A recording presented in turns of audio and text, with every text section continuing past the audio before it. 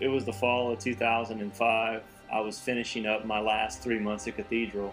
Had some extra time on my hands, and all the academic requirements of the year were met. So I gave some students who I later watched graduate in May of 2009 from St. Thomas More High School, asked me some personal questions, and I could decide if I wanted to answer them or not. And I don't remember the young man specifically, but I remember being a young man asking me a question I'd never been asked before.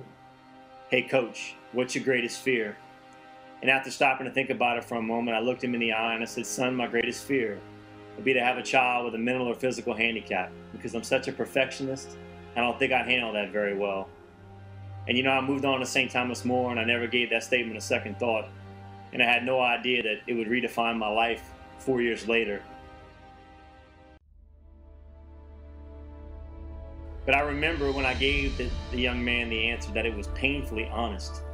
I mean, I was being as transparent as I could possibly be when I answered that question.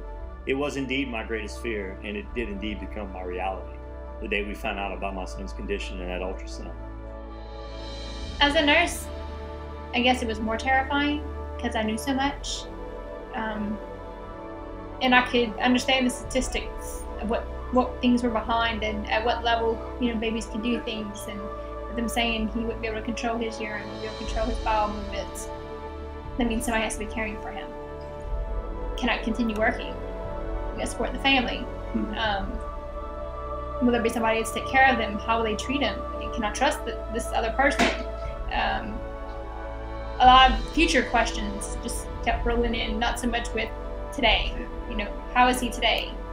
Never thinking, is he gonna make it out of my womb? Just thinking, you know, he's gonna get to go to college. Those kind of questions.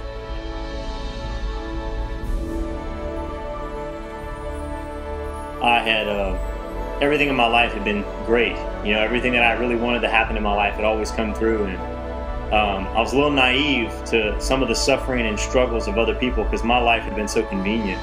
And in that moment, the egoism and the worldly personification that my identity had assumed was gone.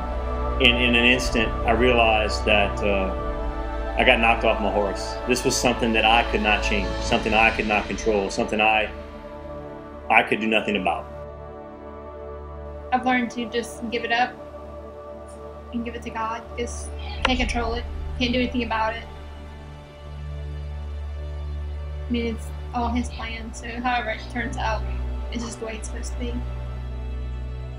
It became more evident to me as I was writing the book that I believe God would use it to show that I was no different than anybody else.